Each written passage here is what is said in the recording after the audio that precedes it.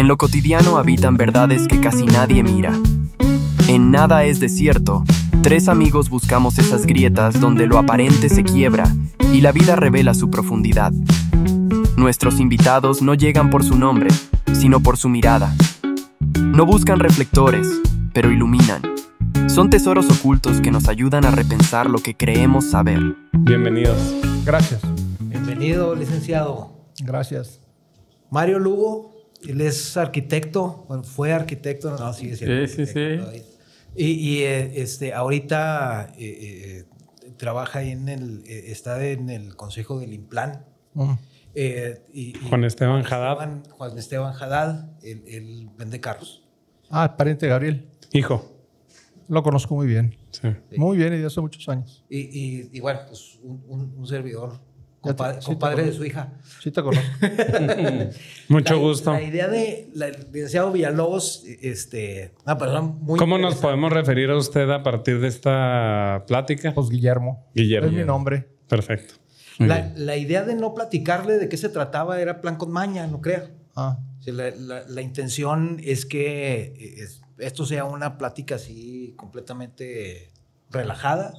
Y en realidad el tema es que sea vamos a decir, el detonador o el pretexto para empezar a platicar y dejar que la plática nos lleve a donde nos tenga que llevar, ¿no? Por ahí uno de los temas que escogimos para empezar a platicar fue Pedro de Zuluaga. Y Mario tiene su oficina ahí cerca de la calle. En la calle Pedro Zuluaga, sí. Entonces, pues, ¿por qué no nos platicas, Mario? ¿Por qué empezaste a...? Sí, no, les platicaba antes de este ejercicio del podcast, platicaba que en algún momento me entró la pregunta de quién fue Pedro Zuluaga. No es un apellido tan común, al menos en mi entorno. De hecho, cuando tengo que dar el nombre de la calle, hay que explicar la Z y la UO porque la gente no lo escribe naturalmente bien. Y cuando me empiezo a buscar a través de los buscadores mismos quién fue Pedro Zuluaga, la verdad es que me sorprende lo silenciosa que ha sido su historia y lo revelador que es, al menos en la información que yo tuve, pues la importancia que tiene su aportación a la parte científica de Chihuahua, literaria incluso. Y sí, les platicaba, pues me imagino yo en aquellos momentos, en aquellos tiempos, con los medios de comunicación y tecnología que había, cómo al final del día él logra ser de las pocas personas y probablemente las únicas a nivel estado que logra cartearse con Einstein de un tema que hoy en día todavía sigue siendo complejo de entender. Traté de estudiarlo un poquito para venir a platicar, pero no, mejor no me atrevo, de la teoría de la relatividad. Entonces, de ahí llega y sale que Gabriel dice, bueno, pues yo tendría forma de encontrar alguna raíz por ahí que nos pudiera platicar un poco más, ¿no? Pero de ahí surge, todos los días convivo con ese nombre y sí, me fascinó al menos la introspección que generó, la poca información que encontré, pero suficiente para engancharse. Yo no hice mi tarea, la verdad. Yo le decía a Gabriel, yo sí no tengo idea bien. O sea, no quise también, como dice Mario, no quise meterme en la complejidad de entender más allá. Pero también, pues parte del tema era cómo podemos hacer un poquito de zoom a las cosas que vemos todos los días como chihuahuenses y no nos hemos cuestionado. Y yo también por temas de trabajo voy mucho a lo que conocemos hoy como la zona del release y es el primer semáforo, el único vigente o el único en función que uno llega. Entonces es una referencia para toda la zona que conoce o transita en la zona del release, la calle Pedro Zuluaga. Y también pues entender un poquito quién era. Y como dijo aquí el profe, yo les traigo a alguien ahí con quien podamos sacar el tema. Y prácticamente de eso se trata. Y pues muchas gracias por traerlo, profe. Y gracias a usted, señor Guillermo, por venir. Bueno, Pedro Zuluaga Pedro Zuluaga Irigoiti es su nombre completo. Y es Zuloaga. Es con Z. Sí. Él es nieto de Carlos Zuluaga Quilty, hijo de Carlos Zuluaga Quilty, nieto de Pedro Zuluaga Olivares, que vino de un pueblo de Cianuri, se llama, en España.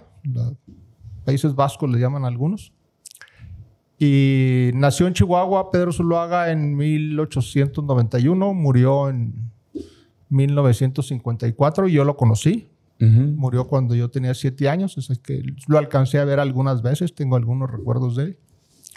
Y lo que puedo decir de él es que desde muy chico mostró que tenía una gran capacidad para ser autodidacta. Primero tuvo un preceptor que lo instruía en algunas cosas.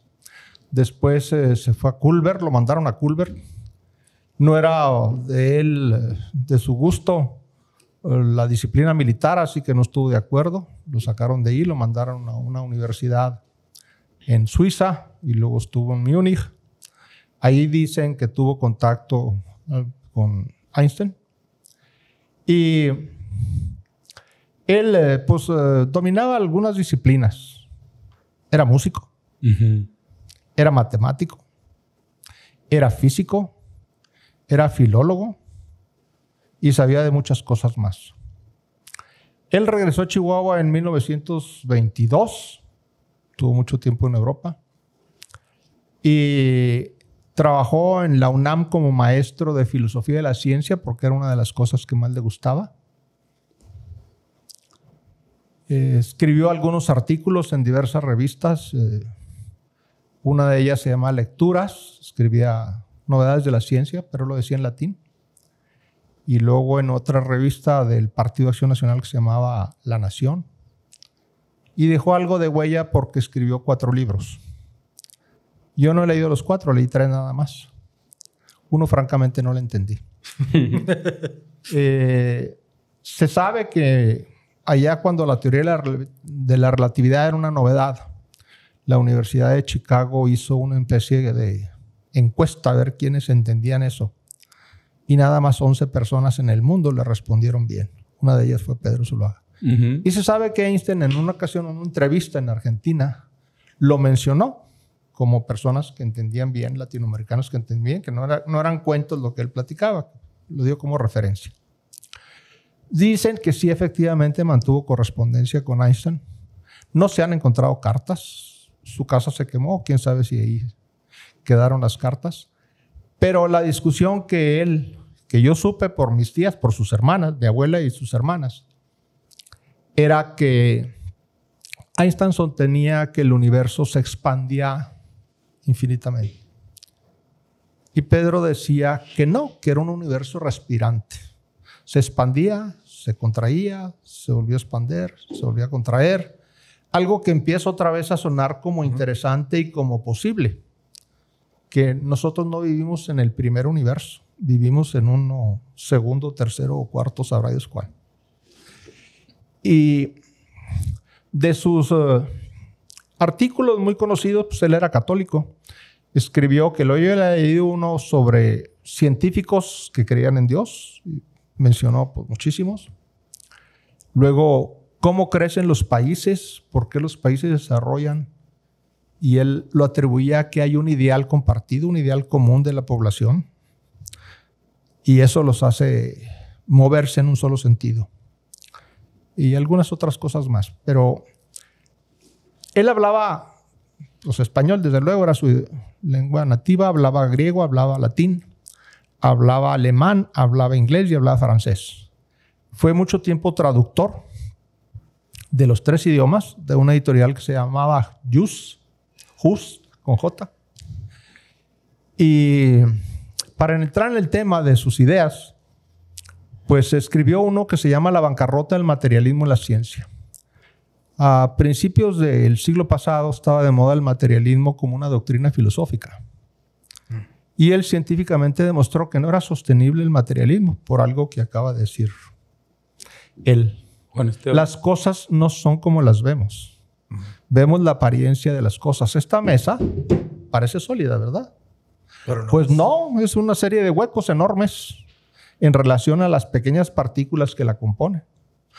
Entre los átomos hay un espacio enorme donde no hay prácticamente nada, fuerzas todavía muy difíciles de entender. Entonces, para él la materia era un aspecto de la energía, uno de los aspectos de la energía, de las formas de la energía. Entonces, materialismo, pues no es sostenible ni en la ciencia ni en la filosofía. Y como él trataba de casar las dos cosas, relacionarlas, pues se esmeró mucho en demostrar precisamente eso. El materialismo se viene abajo, no se sostiene científicamente, filosóficamente menos. Tenemos sentidos muy burdos que nos engañan fácilmente. Otro de los libros se llama La energía atómica. Del materialismo en la ciencia, la bancarrota del materialismo en la ciencia, lo escribió en 1938. Luego, en 1935, cuando la bomba de Nagasaki y Hiroshima, escribió un libro que se llama Energía atómica, pero ese es un libro de divulgación. No es... ¿De qué, perdón? Divulgación. De divulgación. No es un libro donde él presenta una tesis de carácter científico. Es para explicarle a la gente de una manera sencilla en qué consiste eso de la energía atómica. Y es un libro muy sencillo. Después escribió otro que se llama Esbozo de una cosmogonía integral. Yo lo leí francamente... Ese es el que no entendió. No lo entendí. Yo estaba pensando, ¿cuál es el que no entendió? No lo entendí. Porque hasta ahorita a lo mejor yo batallaba con los tres. No, es que son demasiadas matemáticas. Sí. Él sigue la idea de algunos evolucionistas modernos, como Bergson y Teilhard de Chardin. Y él piensa que la evolución no termina con lo biológico, termina con lo espiritual. Okay. Y que el sentido del universo es hacia la espiritualidad total. Es una cosa difícil de entender, ¿eh? Y hace muchos cálculos matemáticos de posibilidades por cuestiones de número de átomos. Y tiene cifras, por ejemplo, no me acuerdo bien, pero les voy a decir una. Por ejemplo, es 125 a las 5.600 y pico al cuadrado. O a la potencia, pues, no es cuadrado. Es a la potencia 3.000 y pico. No, pues, ¿cómo hace uno cálculos en la cabeza de eso? Simple y sencillamente no. Le gustaban mucho las matemáticas aplicadas a la música. Algo parecido tenía Pitágoras. Porque él decía que la longitud de ondas en relación a los números, como los de Fibonacci, la proporción áurea, sí, era lo que le daba calidad a la música. Ese ensayo tampoco lo entendí. Es muy complicado hacer relaciones de números con las ondas sonoras para decir cuál sí encaja y cuál no en la tesis esa de la proporción áurea de Fibonacci. Así que, pues, ahí me quedé con eso. Hay muchas historias que se platican de él y las oí yo de mis tías y mi abuela, pero no se sabe a ciencia cierta si son verdaderas o no. Porque, pues, aunque escribió mucho, hay cosas de su vida que no las platicó. Sí aparece en la fundación del Partido Acción Nacional, sí era miembro de la Sociedad de Geografía y Estadística de México y de la Sociedad de Estudios Históricos de aquí de Chihuahua. Pero como era la oposición en aquel entonces y estaba muy fuerte la reacción del gobierno en todo lo que tenía que ver con opositores, pues nunca se le mencionó para nada. Entonces fue más reconocido internacionalmente que aquí dentro del país. Qué cañón. Hasta ahora poco se le ha reconocido. La universidad en una ocasión le hizo un homenaje, el Tecnológico de Chihuahua también. Hay una presea, una medalla que el Tecnológico de Chihuahua otorga a sus muy buenos estudiantes, que se llama Pedro Zuluaga. Y la calle y hasta allí. Y yo sí me acuerdo, tengo algunos recuerdos de él. Era una persona alta, flaca, con lentes de pasta muy gruesos, así redondos. Siempre con el pelo desordenado. Siempre con abrigo. No sé por qué siempre me acuerdo de él con abrigo. Y muy callado. Si no le preguntaban, no hablaba. Hay una escuela también que se llama Pedro Zuluaga, ¿eh? ¿Dónde? Aquí. Está en las faldas del Cerro del Coronel. Ok. ¿La ubicabas? No. Sí, es una escuela y tienen la fotografía en la entrada. En la sala donde están la entrada del lobby, la oficina de la escuela. Ahí está una fotografía de Pedro Zuluaga. ¿Tuvo familia él? Él tuvo un hijo que se llamó Carlos. Se casó con una señora de apellido Mayer, Pedro Zuluaga. Y luego Carlos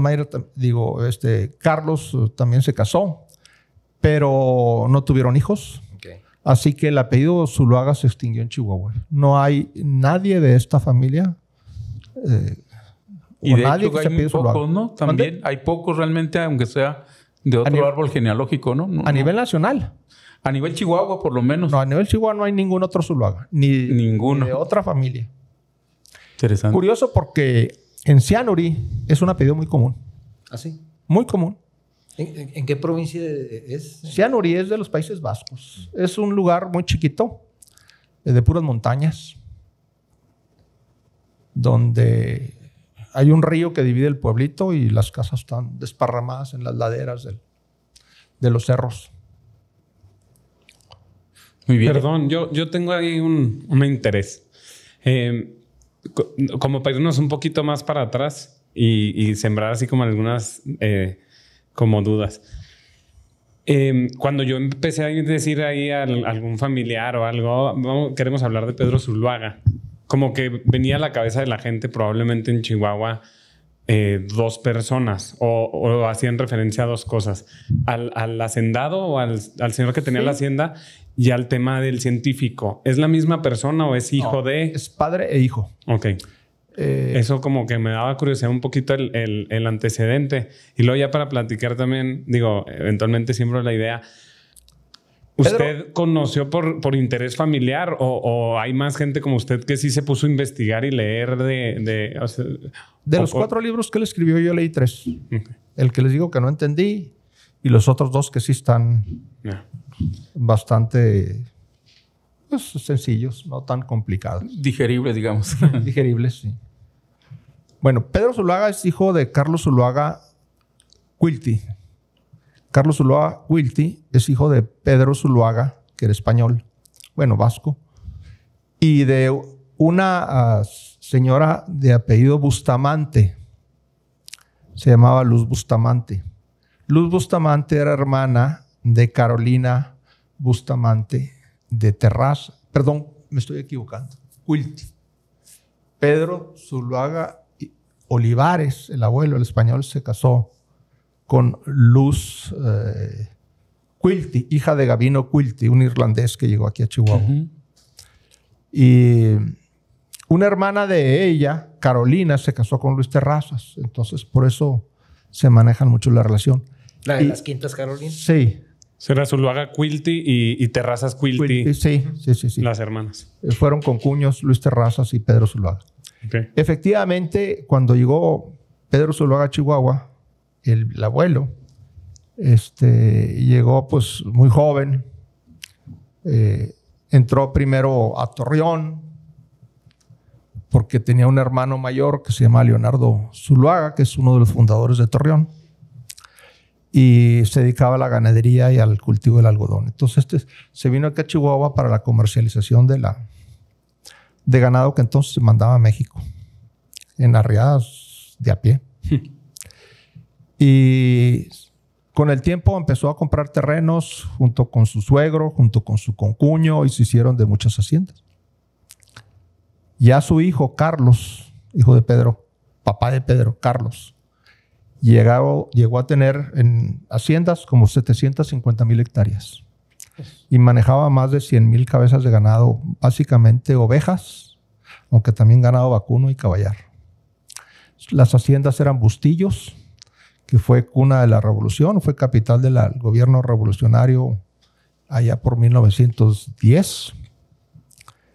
La hacienda de Tres Hermanos, que está en el camino de Satebo a Naica, ¿no? A Zaragoza. Por acá abajo. Sí. Y Bachimba, que está a camino de Delicias.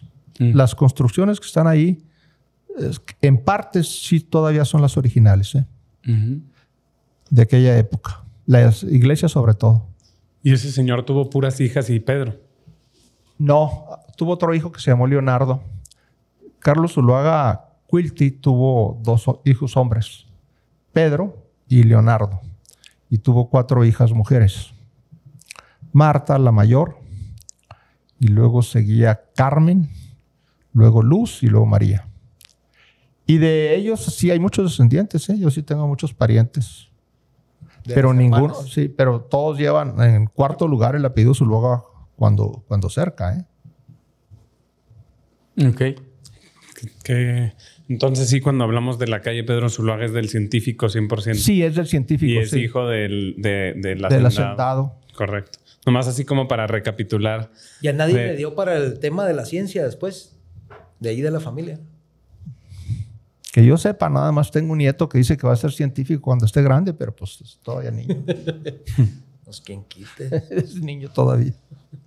Y en general, ustedes que conocen, ¿se le ha hecho justicia o se ha tardado mucho en reconocerlo? Porque pues todo lo que nos platica más lo que habíamos visto, híjole, no habemos tantos chihuahuenses que podamos hablar de entender esas trayectorias, ¿no? Y esos roces. Digo, él al final, no sé qué tan repetible sea, pero ya implica en su familia pues esa idea de cultura al estar estudiando desde muy joven en Europa, ¿no? Y luego ya regresar a ejercer para acá.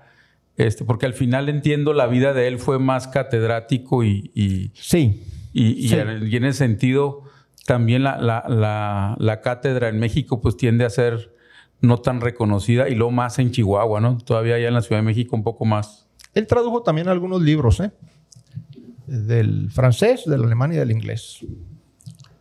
Recitaba, tenía una memoria extraordinaria, recitaba Shakespeare, pero por largo trecho en inglés y luego en español, y conocía discursos de Napoleón porque admiraba a Napoleón, cosa que no comparto.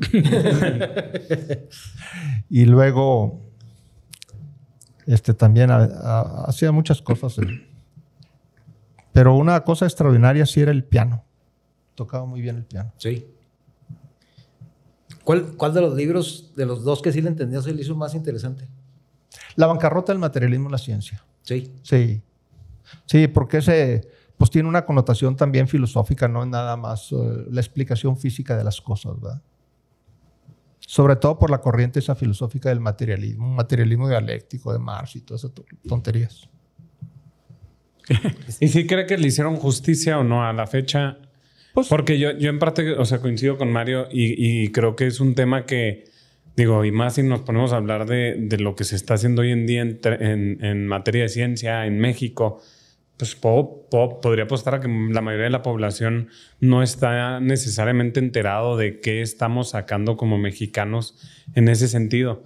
Y pues qué padre poderlo rescatar a partir de un científico chihuahuense que pueda ser motivador para su nieto y otras muchas generaciones de poder dedicarse a eso y empezarle a dar nosotros ese reconocimiento. Digo, no sé cómo lo percibe usted de...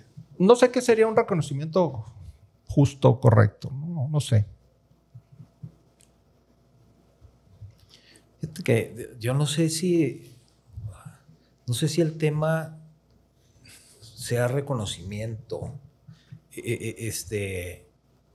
como tal, digo que hay que reconocer sin duda, ¿no? Pero yo lo que me pongo a pensar es una historia que debe de inspirarnos y debe de estar inspirando a mucha gente, ¿no? Ahorita con todas estas políticas de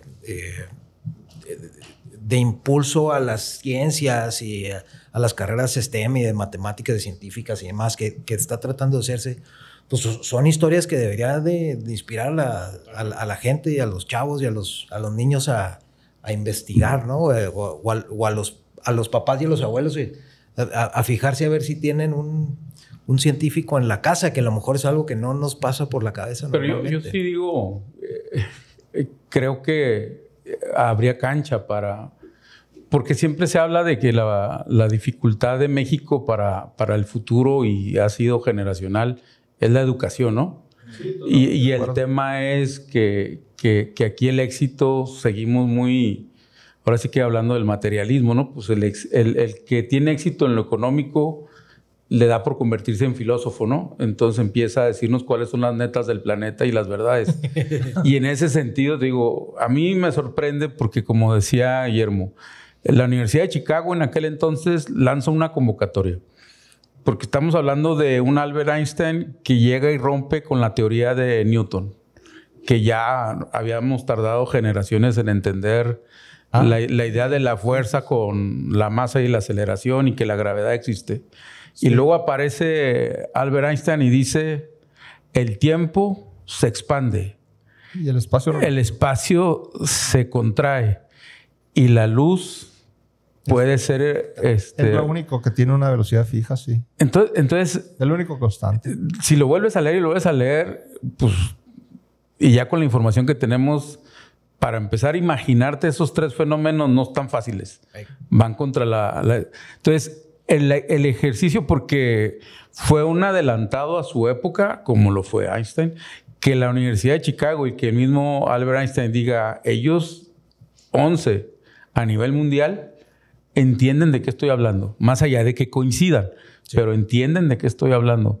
Entonces, esa necesidad de un México, un Chihuahua, de apostarle más a la cultura y a la educación, pues sí me parece triste que quien de alguna manera adelantado a su época, tanto su entorno familiar, porque en eso sería interesante saber, el hacendado le apuesta a la ciencia involuntaria o voluntariamente y manda a estudiar a su hijo, porque si ahorita mandar a alguien a Suiza y Alemania no es sencillo para la mayoría de los chihuahuenses, en aquellos tiempos menos. 1910 menos. 1910 menos. Entonces, sí creo yo que una escuela retirada, una calle como donde está mi oficina, que no es la más bonita de Chihuahua ni cerca, faltaría poder nosotros rescatar esas historias de éxito, más allá de cómo lo puede ver la familia misma, ¿no? Pero así al ciudadano chihuahuense, si la cultura realmente es nuestra apuesta y la educación, pues sí estamos quedando a deber como sociedad de lo que fue el ejercicio y el discernimiento de alguien como él. Algo que platicaban mis tías y mi abuela, sus hermanas, es que ya estando aquí en Chihuahua, vino un grupo de ingleses a visitarlo a su casa. Su casa estaba en la avenida Cuauhtémoc. Perdón, la calle Zarco. La avenida Zarco. Ya la tumbaron la casa. Ya hay otras construcciones ahí. Iba a echar un anuncio. No, iba a decir, es que queremos también hablar de las quintas. Iba a decir, esa es una de las quintas que a lo mejor no se preservó. Sí. Pero era la quinta Santa Elena, sí. Santa Elena se llamaba. Muy bonito. Sí. Era un paréntesis ahí medio. Una disculpa. Bueno, él vivía en la quinta Santa Elena, ahí en la avenida Zarco. Ahí vivía mi abuela, mi abuelo y mi tía Marta, todos de sus hermanos. Y un grupo de ingleses vino a visitarlo, eran varios, para que les ayudara a ir a Inglaterra a hacer la bomba atómica. Eso se supo y lo testimoniaban, pues, mis tías y mi abuela. Y él dijo, yo no quiero colaborar con la destrucción de la humanidad. Y no aceptó. Y le ofrecían... Sí, pues me imagino. Muchísimo. Sí. Pues uno de 11. Han debería por... No, y esa era la parte de la física. Sí. O sea, ahorita lo mencionaba Guillermo, la diversidad de habilidades y facilidades, porque al final del día así suena. Digo, sabrá Dios qué tanto esfuerzo tomó, pero tantas disciplinas. Ya olvidémonos de las ciencias. El tema de los idiomas. Sí. O sea, el manejo de los idiomas con los medios de comunicación que había entonces. Sí, es una locura eso. Sí, o sea, prácticamente dominaba 6 idiomas. Sí. Mi abuelo hablaba 6 idiomas. Sí. Mi abuelo, el papá de mi papá. Y para mí siempre es el más estudiado de los hijos de mi papá. Bueno, de mi hermana. Es la más estudiada en lengua. Y es la que más ha seguido los pasos de mi abuelo. Y también digo, o sea, 6 idiomas. En ese entonces... Se confunde uno. Está cañón. Mi papá dice que yo hablo 3. ¿Cuál? Español, inglés y puras tarugadas. No, mi abuelo hablaba árabe. ¿Y cuál será el mejor? Sí, no, está cañón. Y sí, lo que dices, Mario, o sea, que no me había puesto a pensar ahorita en la plática, pero como el apoyo al hijo a decir, probablemente la expectativa era que se administraran esas 700,000 hectáreas con el ganado y esto y lo otro, pero ese apoyo que se dio a lo mejor consciente o inconscientemente a sacar y explotar lo que traía su hijo ahí, qué cañón. Y creo, digo, sin saber, pues no me imagino que esa fuera la visión. No te vas a estudiar física para administrar el rancho. Totalmente cierto. Esa fue una de las razones de por qué la riqueza de las haciendas se vino abajo. Y la otra razón fue la revolución. Claro. Y eso que la llevaban bien, ¿verdad? Tengo entendido que... No. Pues fue cuartel general de Madero. La hacienda Bustillos. Ahí se recuperó de una herida que le hicieron en Viejo Casas Grandes. Ahí se formó el Ejército de la División del Norte. Ahí se acabó el Ejército de la División del Norte después de la Revolución, cuando terminó. Se abasteció al Ejército de la División del Norte de carne seca por todo el tiempo que estuvieron en guerra. Así que prácticamente se acabó el ganado en la Revolución. Increíble. Sí se mantuvo. A mí me contó una anécdota mi papá. Anduvo metido en bienes raíces un tiempo. Porque traían ahí con el municipio de Cuauhtémoc y que traían ahí una diferencia de tierras con la... De medidas y colindancias. Sí, así. Con el municipio. Sí. Entonces, el que entonces era, no me acuerdo cuándo, porque aparte no queremos acordarnos, el que era presidente municipal decía, no, pues es que aquí está este terreno y está en la relación de activos del municipio, entonces es del municipio. Bueno, pero aquí está el señor que trae las escrituras. No, pues esas no valen, ya están muy viejas. Pues unas escrituras de 1870, no sé cuándo eran las escrituras. Sí, cuando se empezó a fundar Cuauhtémoc, se planeó la fundación de Cuauhtémoc, la familia hizo una enorme donación de terrenos para ser urbanizados y que el municipio, o bueno, en ese caso el pueblo, el ayuntamiento, viviera de los ingresos que le daba la venta de la tierra. Entonces sí hubo algunos conflictos de esa naturaleza.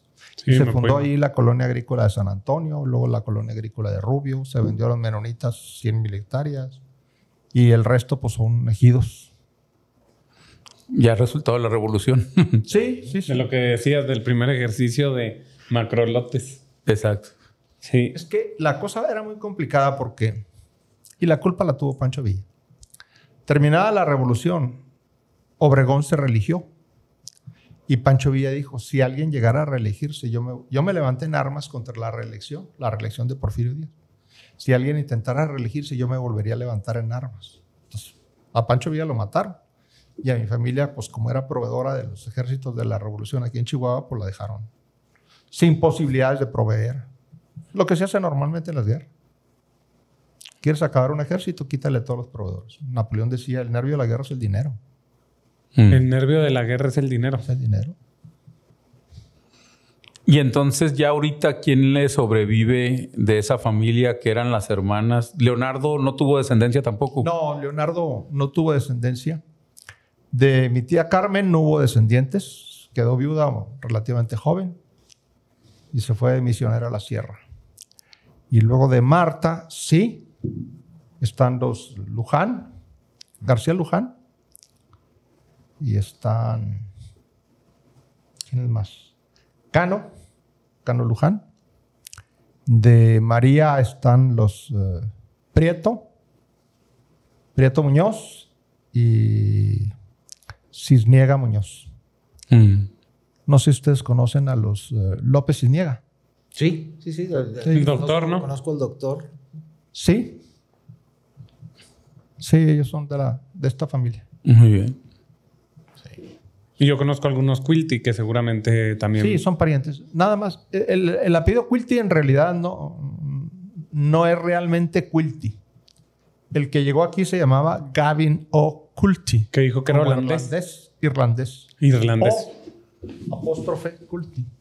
Y entonces era Gavin, pues Gavino Quilty. Ah, ok. Aquí pues fue Gavino Quilty. Gavino Quilty era militar. Era hijo de otro militar que murió en la toma de la Alhóndiga de Granadita. Era realista. Pero él llegó aquí de agregado militar y pues le fue bien. Tuvo 8 hijos, 4 hijas y 4 hijos.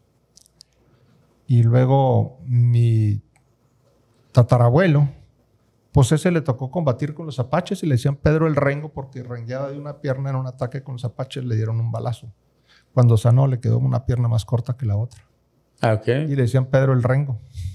Al abuelo de Pedro Zuloaga. Al abuelo de Pedro Zuloaga, sí. El que sí era de origen vasco. Él era llegado de allá. Interesante. ¿Nos podría contar así? Ahorita dijo hace ratito de que había algunas charras o historias ahí que no estaban del todo validadas. Nomás así pues para aprovechar la oportunidad. ya te dejaron. Ya entrados en gastos. Bueno. Así como para conocer un poquito más a la persona, más allá de lo que podamos googlear. Se dice que cuando Einstein salió de Europa, que fue a dar una serie de conferencias en Estados Unidos en vísperas de la Segunda Guerra Mundial, por ser judío ya no quiso regresar. Y entonces que le encargó a Pedro Zuloaga que fuera y recogiera todo lo que tenía de apuntes y todo lo demás y se los llevara. Y que fue y se lo recogió y se los llevó en vísperas de la Segunda Guerra Mundial a Nueva York. Se los entregó a Nueva York.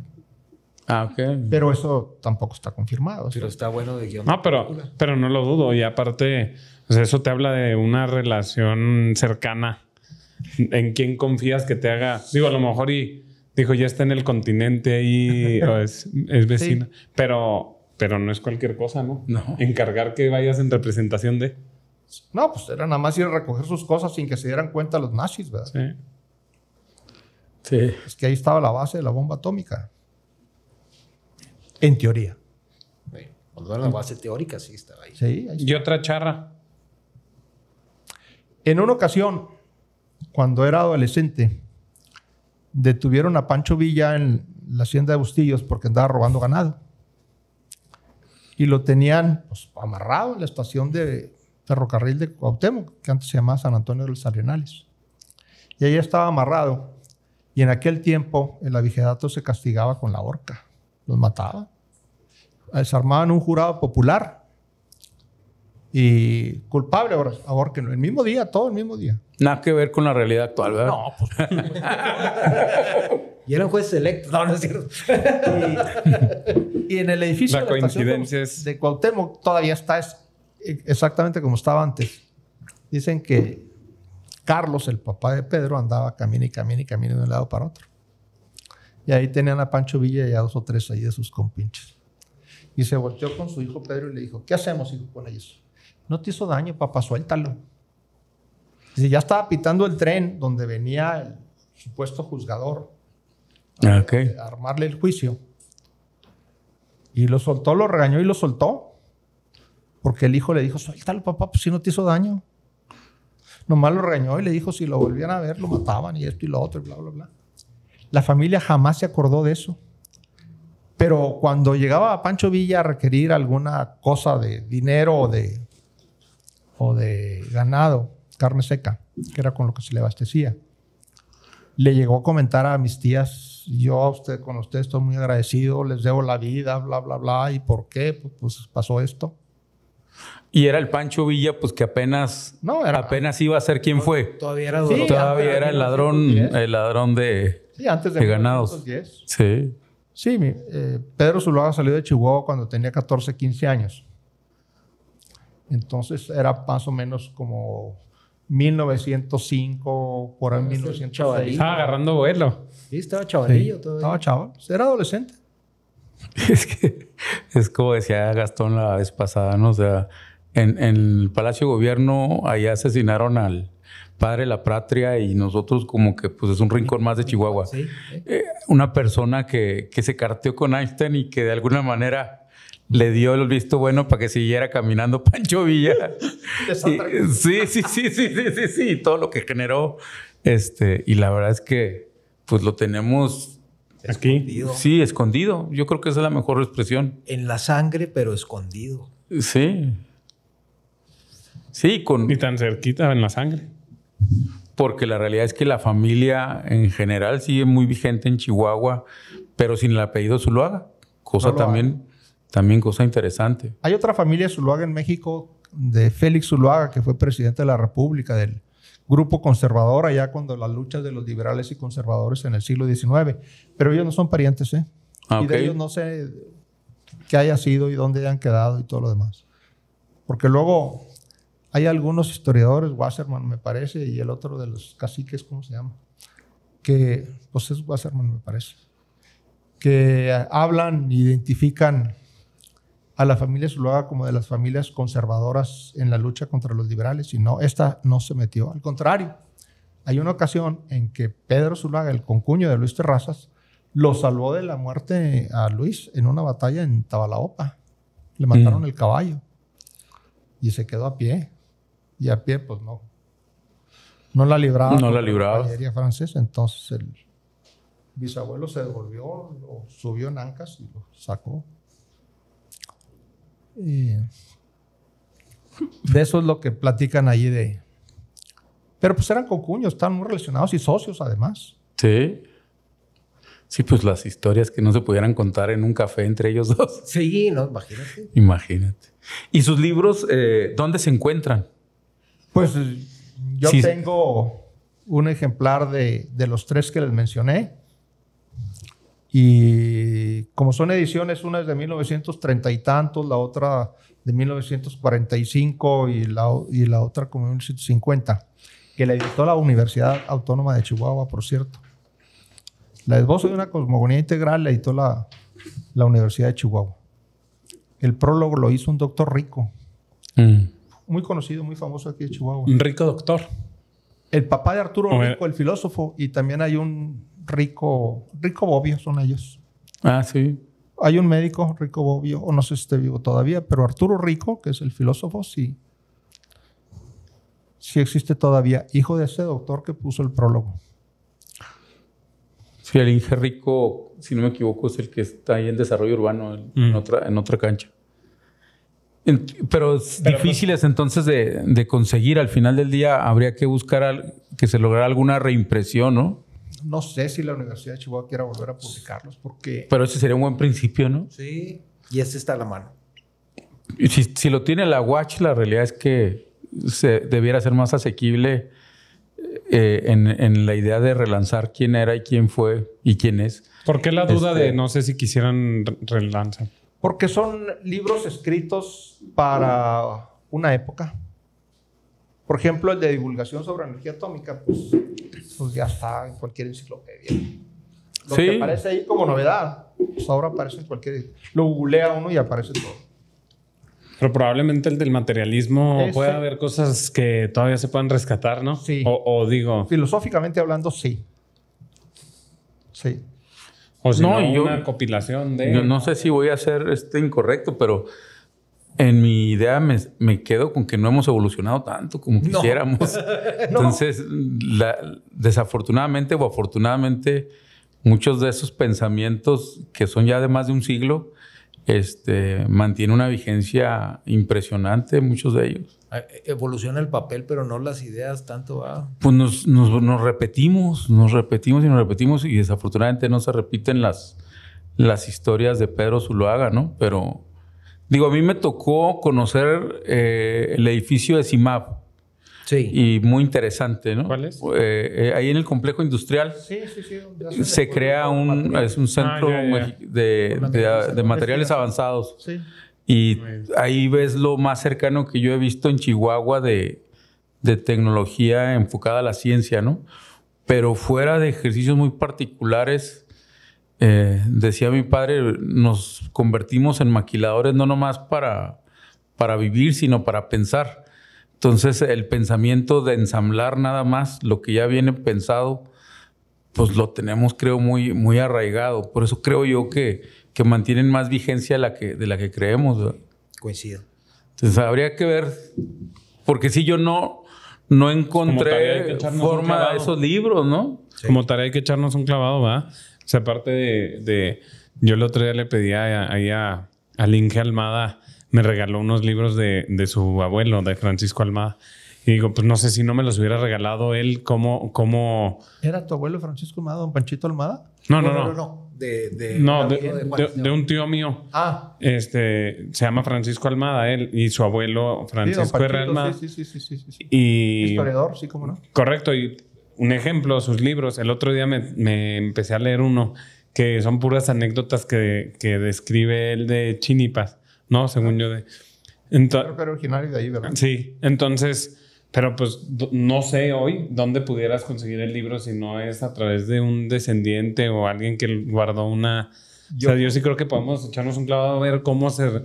Yo compré un libro de él en la librería que está en el edificio que antes era Federal, Palacio Federal, que era antes Correo, adentro del museo, y que ahora es un museo.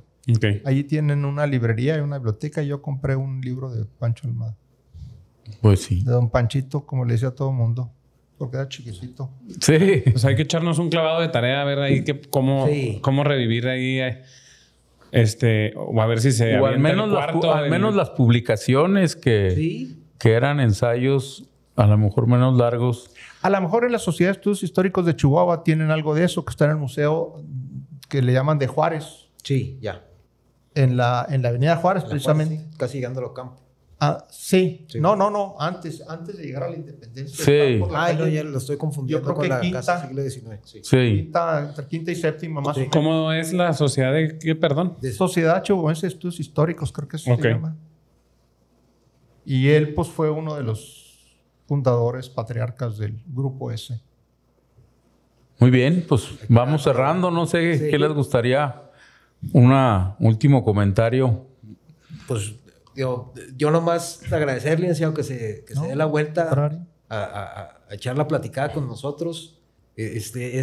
Lo que estamos buscando es precisamente esto, ver cosas que están bien cerquita y que no vemos, ¿no?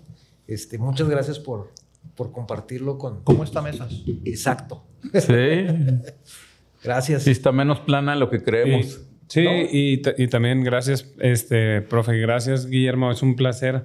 Y qué padre, como decimos, pues Mario, todos los días pasa, todos los días vemos el nombre de una persona, una escultura, una casa, símbolos que tenemos todos los días al alcance de la mano y nunca nos hemos cuestionado, o la gran mayoría no nos cuestionamos el por qué. Y creo que esto nos debe invitar a dejar tanta distracción que trae la tecnología y las redes sociales y tal, para hacer un poquito más análisis a nuestra historia y poder de ahí proyectar el futuro que esperamos de Chihuahua y agradecerle. Estamos muy atentos a lo que pasa fuera de Chihuahua y no muy atentos a lo que pasa aquí. Sí. Es correcto. A nuestra historia, por ejemplo. De hecho, yo me quedo, ya me había fascinado los esbozos y retazos de quién era Pedro Zuloaga. Pero la verdad es que me quedo también bien impresionado de todo el background que tiene Guillermo. O sea, la primera parte de la charla, pues más allá de haber leído los libros, que no cualquiera, yo creo, de Pedro, se ve el interés que tú sí heredaste de alguna manera todos estos conceptos. No sé si haya muchos que nos puedan platicar de Pedro, pero fue algo bastante satisfactorio y revelador escucharte, al menos para un servidor. Era obligatorio para mí. Por la familia, sí, pues tenía que leerlo. Pero precisamente platicábamos con Gastón Forzán y muchas veces las mismas familias son las primeras en olvidar, ¿verdad? Lo que fue, ya sea una construcción, ya sea en este caso una persona con este perfil y ya incluso este vínculo, a lo mejor yo medio de Google, de estarlo ligando a Einstein, y vienes y nos lo aterrizas con Luis Terrazas, con Pancho Villa. Con lo nuestro. Sí, con cosas que están muy, muy directas. Y él, imagino la parte en su cabeza de haber vivido todo ese trozo de historia en Suiza, en Alemania, en la Ciudad de México, aquí en la misma ciudad de Chihuahua, en el rancho. Pues una visión, insisto, que más allá que ya pasaron más de 100 años... Me atrevo a dudar si ya evolucionamos. No, y como lo dije al inicio, la intención es invitar a esas personas que nos ilustran con lo que piensan y viven, y de verdad que lo ha hecho Guillermo, y yo me quedo gratamente sorprendido y con el gusto de conocerlo. Gracias. Y a la vez, pues como queremos recordar esa historia de Chihuahua desde una mirada no oficial, ¿verdad? Al final del día son vivencias, son opiniones, diferentes generaciones. Yo soy un poquito más joven que ustedes y probablemente y probablemente entre más va avanzando, pues menos vamos recordando. Entonces, pues muchas gracias y coincido, Mario. Me quedo con la ilusión de tu nieto. Que sí se vaya al menos, sí, el científico. Sí. Un rato lo invitamos. Al científico. Sí. Curiosamente, en mi familia todos han tenido vocación para las matemáticas. Qué padre. Excepto yo. ¿De veras? Mi hija, que estudió leyes, le dijeron cuando hizo su examen vocacional que se metiera en ingeniería porque tenía muchas habilidades para las matemáticas. Guillermo, mi hijo, tiene muchas habilidades. El otro, Francisco. Ese sí está. Y en fin, tengo primos que fueron extraordinariamente hábiles en las matemáticas. Uno se llama Carlos Mayer, otro se llamó Alberto Prieto. Y sí es curioso. Sí, qué padre. Sí. Uno está reconocido como uno de los primeros y mejores actuarios en matemáticas actuariales que ha habido en México. Fíjate. Un hermano mío. Pues qué padre. Y sí, la neta, se crece la imagen de la familia de don Pedro Zuloaga, del que llegó de los Países Vascos, de Carlos y de toda su familia. Muy padre. Sí, muchas gracias y gracias a todos los que se dieron el tiempo de escucharnos y compartir con nosotros esta plática y esperando vernos en otro de los temas cotidianos que tenemos que explorar aquí en Chihuahua. Muchas gracias. Gracias. Buenas tardes. Gracias a ustedes. Gracias.